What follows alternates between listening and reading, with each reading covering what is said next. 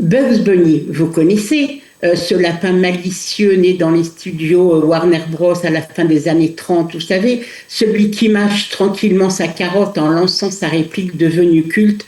Quoi de neuf, docteur? Eh bien, figurez-vous qu'il s'est invité dans le bureau du Premier ministre israélien Benjamin Netanyahou. Oui, oui, vous avez bien entendu. Lors d'une de ses dernières interventions vidéo, après l'élimination de hauts responsables iraniens, un détail vous a peut-être échappé. Derrière Netanyahou, sur une étagère de sa bibliothèque, un peu dans le bas, la peluche Bugs Bunny. Un jouet oublié par l'un de ses petits-enfants? Pas du tout. Il n'était là sûrement pas par hasard, car chez Netanyahou, vous le savez, rien n'est laissé au hasard. Alors pourquoi Bugs Bunny a-t-il eu le privilège de se retrouver dans son bureau?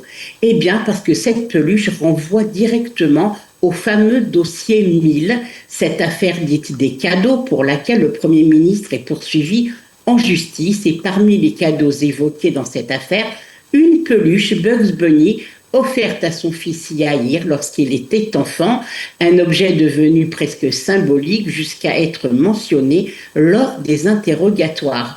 Alors, le voir réapparaître là derrière le Premier ministre en pleine séquence de guerre interroge. Rappelle-t-il aussi les demandes du président Donald Trump à son homologue israélien Yitzhak Herzog de gracier le Premier ministre? Je vous laisse répondre.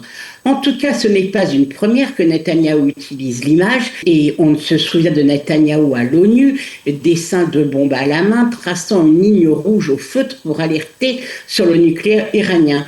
Ou encore de cette conférence télévisée où il dévoile des archives nucléaires dérobées par le Mossad en Iran, dossiers empilés, CD et autres, une mise en scène théâtrale devenue virale dans le monde entier. Ou encore, vous l'avez certainement vu dernièrement, cette vidéo tournée sur le toit du ministère de la Défense alors que les dirigeants iraniens sont retranchés dans des bunkers, une posture de victoire et de maîtrise, une image très forte destinée à projeter confiance et contrôle malgré le contexte de la guerre.